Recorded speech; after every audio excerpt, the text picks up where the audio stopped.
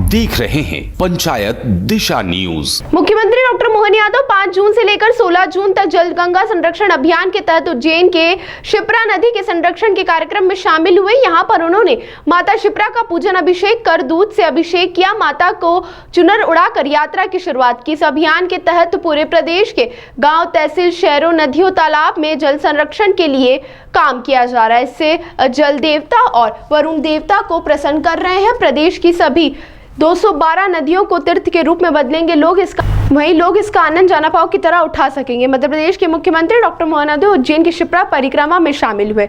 उन्होंने प्रदेश की सभी नदियों, तालाबों, कुएं और बावड़ियों को सहेजने का काम किया जा रहा है। उज्जैन शहर में शिप्रा को बचाने के लिए शिप्रा गंगा उत्सव समिति पिछले 20 सालों से शिप्रा की परिक्रमा गंगा दशहरा के एक दिन पूर्व करती है और मुख्यमंत्री डॉक्टर मोहन यादव इस यात्रा में श्रद्धालुओं के साथ पैदल भ्रमण करते हैं। इसी यात्रा के शुभारंभ में प्रदेश के मुख्यमंत्री ने शिप्रा के घाट पर बैठकर पूजन अर्चन किया।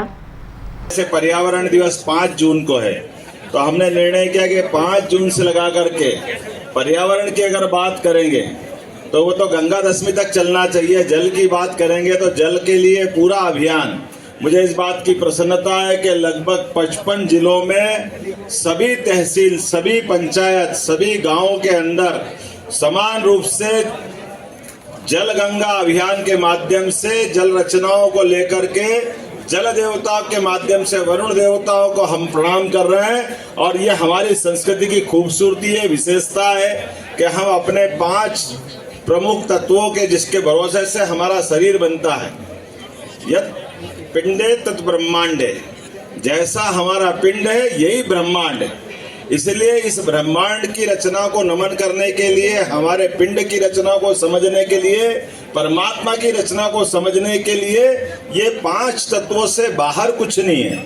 मुझे इस बात की प्रसन्नता है, सभी तीर्थों में तीर्थ अवंतिका तीर्थ जो तिलवर बड़ा है, हमारे लिए और सौभाग्य की बात है। बाबा महाकाल के कारण से ये उज्जैन की अलौकिक आभा और बढ़ती है, लेकिन माँ की खूबसूरती से, माँ शिप्रा जी के कारण से 33 करोड़ देवी देवता इसके किनारे वास करते हैं। ये हमारे लिए सौभाग्यदायी है, फलदायी, आशीर्वाद देनी माँ शिप्रा।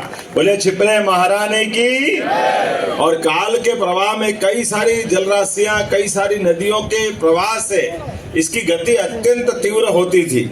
2004-5 से जो शुरू करा सिलसिला, वो धीरे धीरे बढ़ते पहले प्रारंभ में केवल पूजा की, फिर हमने एक दिन का उत्सव मनाया, दूसरे दिन का मनाया, परिक्रमा का आनंद आया।